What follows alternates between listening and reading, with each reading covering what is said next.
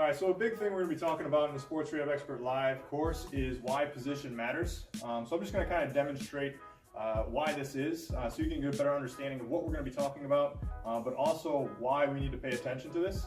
So if we look at Dan here, and a common presentation that you'll see in a lot of people is rib cage kind of flared in front, hips are tilted down into the anterior tilt, and they're in the increased lordosis. Now, we may be exaggerating things right now just to kind of prove a point, but there are some people that you'll see kind of locked up this far as well too. Now, what this does, if we kind of think about the anatomy to it, is if the rib cage is moving anteriorly, that shifts his body in the center of mass forward. So he's going to be more on the balls of his feet, and he's going to feel the toes putting a little bit more pressure into the ground, and he's going to feel his calves kind of on all the time. So if we think about those people who always think about or talk about stiff ankles, tight ankles, or the calves are really, really tight, this could be a contributing factor in getting him out of that position. So he's putting a little bit more pressure on his heels, can take away some of that tone.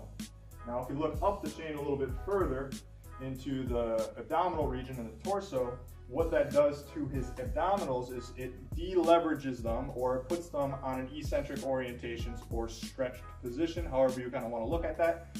And either way, it's a suboptimal position to contract from. So, quote unquote, weak abdominals may be a positional issue here because they're on an eccentric orientation.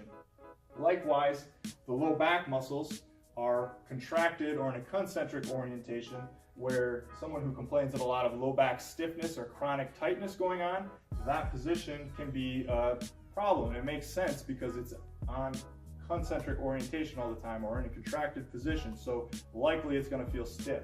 We look down further into the hamstrings and the quads, same thing. Quads in that anterior tilt is going to be concentrically oriented. That's why a lot of people tend to discuss chronic tension, tightness in their, well, they usually describe it more as tension in the front of their hip, and in the hamstrings they usually describe a little bit more tension, which would make sense, or tightness in the hamstrings, sorry. Tension in the quads, tightness in the hamstrings, because they're in that eccentric orientation where the hamstrings are already in a lengthened position. So again, if we can teach them to kind of get out of that position,